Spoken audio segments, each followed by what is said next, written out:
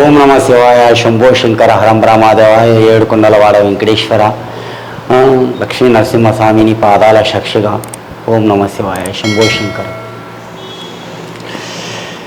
చూడమ్మా చిలుకమ్మ, మేషరాశి వారికి 1వ తారీఖు నుంచి 29వ తారీఖు వరకు ఎలా ఉంది మేషరాశి వారికి చూడండి.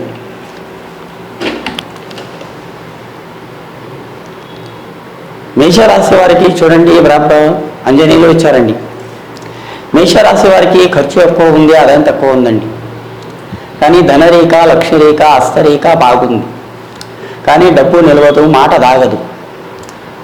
కొన్ని కష్టాలు, చిక్కులు, ఉద్యోగం గురించి, జాబ్ గురించి ఆలోచన రేఖాటంలో బాగుంది. కానీ దోస్తానం కానీ, స్నేహం కానీ, పార్ట్నర్ పని కానీ మొదలు పెట్టకండి. ఈ సంవత్సరం మీరు ఏది చేయాలనుకున్నా కానీ అది తప్పకుండా అవుతుంది. ఆ భగవంతుని దయ వల్ల అనుకున్న పనుల్లో కానీ మీ రేఖ కానీ మంచిగా ఉంటుంది. కానీ మీరు ఏదైనా కానీ కొత్త పని, కొత్త వ్యవహారం చేయాలనుకున్నా కానీ నిదానంతో చేయండి. మీరు ఎంత నిదానం చేస్తే అంత మంచిగా ఉంటుంది.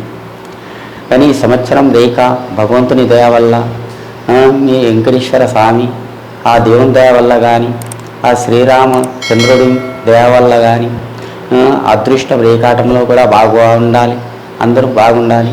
అదృష్టం రేఖాటం ఈ మేషరాశి వారికి బాగున్నది. ఏం తొందర పడకండి. మీరు ఎంత నిదానం చేయండి అంత మంచిగా ఉంది మీ పేరు మీద ఆ భగవంతుని దయ వల్ల. జై శ్రీరామ్.